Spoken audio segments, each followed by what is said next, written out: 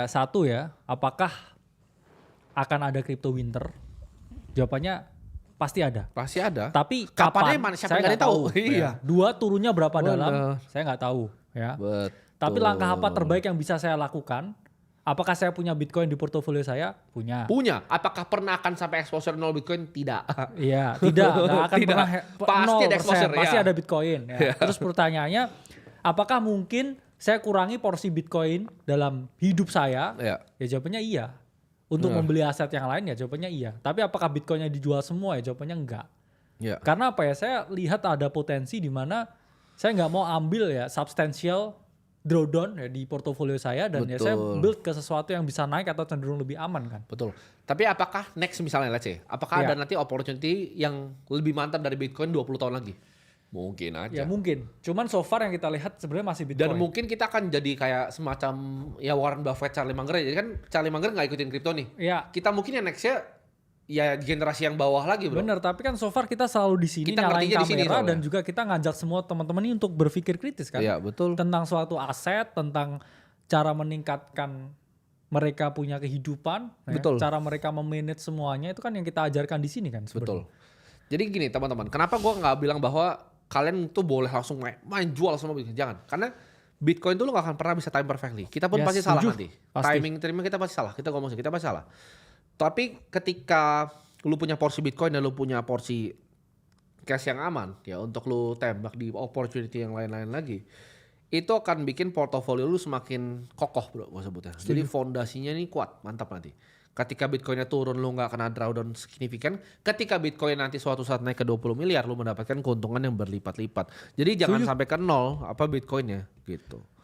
Karena ya memang sebenarnya ada ya prosedur ya kita ngomongnya dengan kita masukin ya Bitcoin dengan exposure yang kita ngomong ya terkendali. Iya. Karena apa? Kalau misalkan ya ini kita lihat dari DCA BTC ya kalau kita $1.000 aja lah bro setiap bulan accumulate ya selama 2 tahun total invested amount ya 24.000 kita akan gain 199% portofolionya dengan ya total value sekarang 71.800. Jadi kita bilang apakah Bitcoin aset masa depan? Iya. Ya, tapi kita ingatkan juga secara historis itu ada yang namanya bear market dan juga crypto winter. Di mana ada kemungkinan Bitcoin itu drop lebih dari 50%. Pasti. Tapi kalau teman-teman masuknya ini kayak setiap minggu, setiap bulan dengan jumlah yang stabil, Aman. kamu masih gain ratusan persen loh. Betul. Gitu. Itu yang kita bilang di sini. Jadi kamu jangan lamsam ya. All in punya duit 100 juta masuk Bitcoin sekarang, berharap naik 30% sampai akhir tahun, Betul. terus malah kamu turun. Aset hilang setengah. Soalnya gitu. banyak yang bilang gini, apa ini mereka berdua ini bikin skema biar orang masuk Bitcoin satu, kita tidak ada untungnya Bener. dengan lu masuk Bitcoin ya. Nggak kenal Satoshi juga. Itu kayak Iya. lu beli emas gitu di toko emas terserah, toko emas lu gue juga kagak untung gitu dari emas lu ya. Yes. Dan yang kedua banyak yang bilang mereka begini untuk FOMOin orang buat cepat kaya. Itu pertanyaannya kapan gue pernah bikin statement itu. Yes. Oh kalian bisa di sini kalian kaya cepat. Enggak teman-teman, lu cuman bekuin economic value lu. Orang lain yang tambah miskin, lu yang biasa aja sebenarnya. Ya. Ini banyak yang salah kaprah. Oh Bitcoin 20 miliar besar sekali. Enggak, nanti Biden 20 miliar tuh cuman rumah di pinggir kali. Bener, di sini lah tambah mahal. Itu kenapa rumah-rumah. banyak yang nggak paham tuh. Jadi konsepnya tuh bukan kita tambah kaya. Dan bukan sekarang juga loh 20 Bukan sekarang, miliarnya. 10 tahun lagi kita sebut ya kan. Tapi Biden 10-20 miliar itu rumah di pinggir kali.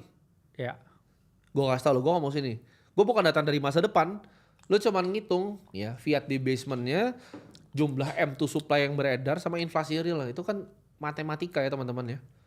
Karena bro kita yang paling gila ya bro ya. Inflasi yang paling gila yang gue tahu itu pendidikan anak bro.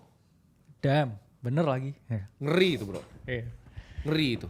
Iya, Bener lagi. ngeri. Dalam Bener waktu 5 lagi. tahun tuh Iya. bisa naik. Misalnya ada sekolah yang harganya 1,9 juta bro. By 7 tahun itu sekarang sudah 6,5 juta lo bayangin. Ngeri. Inflasi pendidikan tuh ngeri. Tapi kalau bro kakak mah tenang. Anaknya bayar sampai kuliah lunas juga bisa kan.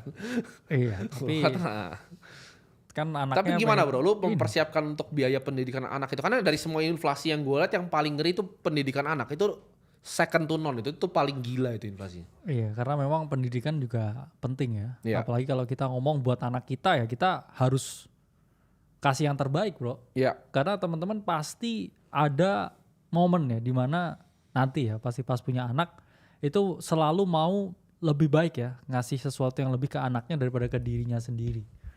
Dan itu pun saya udah OTW ke fase itu ya. Kayak kepuasan pribadi udah mulai berkurang. Terus jadinya yang saya ingin lebih utamakan ya tentang anak saya. Ya. Dan pendidikan